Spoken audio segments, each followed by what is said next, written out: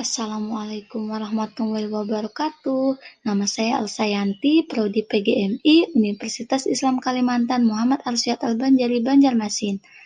Sebelum kita mau mulai pembelajaran pada hari ini, marilah kita bersama-sama membaca basmalah.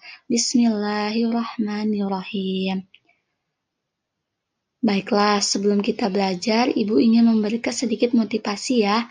Jika kamu tidak mengejar apa yang kamu inginkan, maka kamu tidak akan mendapatkannya, begitupun dalam belajar. Nah, pembahasan kita pada hari ini adalah tentang teori belajar kognitif. Ada yang tahu nggak teori belajar kognitif itu apa? Sedikit Ibu jelaskan ya.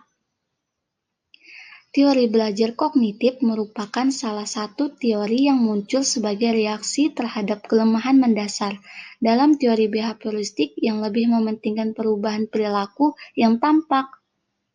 Nah, di sini ada contoh teori behavioristik. Ketika kita memberikan stimulus berupa fluid, lalu yang merespon adalah anjing. Artinya anjing tersebut paham ketika kita membunyikan sebuah fluid tersebut. Di sini juga ada kelebihan teori belajar kognitif yang lebih menekankan pada teori kognitif pengembangan pengetahuan yang dimiliki setiap individu. Dan materi yang diajarkan pun pengembangan dan kelanjutannya diserahkan pada peserta didik dan hanya pendidik yang hanya perlu mendidik saja.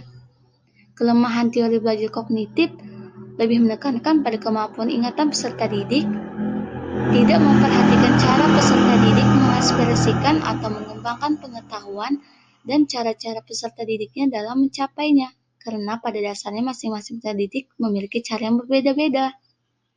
Nah, teori belajar pada matematika menurut Piaget ada 4 loh, tahap sensoromotorik, tahap profesional, tahap operasional konkret, dan tahap operasional formal. Baiklah, apakah sampai di sini ada yang ingin ditanyakan? Jika tidak ada, maka sebelum menutup pembelajaran, mari kita bersama-sama menyimpulkan. Jadi anak-anak, kesimpulan yang dapat kita ambil adalah teori belajar kognitif itu menekankan pada akal pikiran yang bukan hanya sebatas stimulus dan respon, namun juga melibatkan aspek psikologis serta lebih mementingkan proses belajar daripada hasilnya. Oke, marilah kita tutup pembelajaran ini dengan bersama-sama membaca hamdalah. Alhamdulillahirrabbilalamin. Wassalamualaikum warahmatullahi wabarakatuh.